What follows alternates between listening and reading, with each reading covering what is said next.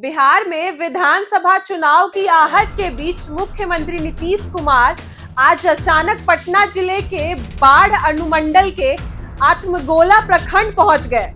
मुख्यमंत्री ने यह दौरा पूरी तरह बिना किसी पूर्व जानकारी के हुआ, जिससे पूरा प्रशासनिक अमला हक्का बक्का रह गया। नीतीश कुमार ने यहां वर्षों से अधूरे पड़े करजन ताजपुर पुल का अचानक निरीक्षण किया।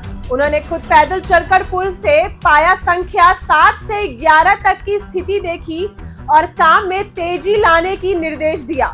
मुख्यमंत्री करीब 40 मिनट तक वहीं रुके, हर कोना देखा, अफसरों से बात की और पुल की मजबूती, सुरक्षा और यातायात की सुविधाओं को ध्यान में रखते हुए काम करने का बात कहा। उन्होंने कहा कि पुल बनने से पटना से समस्तीपुर का सफर आसान हो जाएगा और आम जनता को बहुत फायदा मिलेगा। नीतीश कुमार ने 2 कहा कि विकास कार्यों में कोई लापरवाही बर्दाश्त नहीं की जाएगी।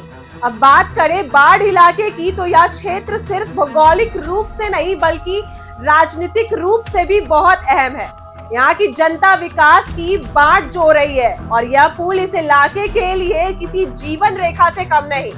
वर्षों से इसका निर्माण अधूरा पड़ा था, जिसके कारण लोगों को लंबा चक्कर लगाकर पटना और समस्तीपुर के बीच आवाजाही करनी पड़ती थी। इस पुल के बन जाने से केवल यात्रा सुगम होगी बल्कि आर्थिक गतिविधियां भी तेज होंगी।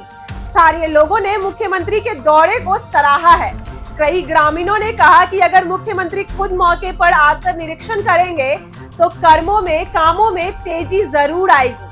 एक ग्रामीण किसान ने कहा, अब लग रहा है कि सीएम खुद आए हैं तो काम तेजी से पूरा होगा। बहुत साल में हम लोग यही रास्ता बनाने का सपना देख रहे थे। नीतीश कुमार के इस दौरे में उनके कुछ चुनिंदा अफसर मौजूद थे, लेकिन स्थानीय विधायक या राजनीतिक प्रतिनिधि नजर नहीं आए। इससे साफ है कि नीतीश कुमार अब हर जगह खुद जाकर विकास कार्यों की निगरानी कर रहे हैं, खासकर उन जगहों पर जहां पहले अपेक्षा से कम ध्यान गया हो।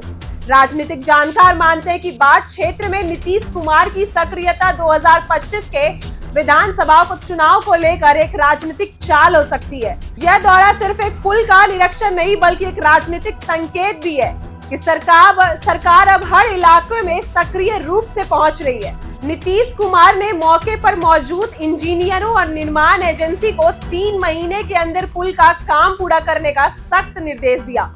उन्होंने साथ ही यह भी कहा कि आसपास की सड़कों और संपर्क मार्गों की मरम्मत भी जल्द करवाई जाएगी।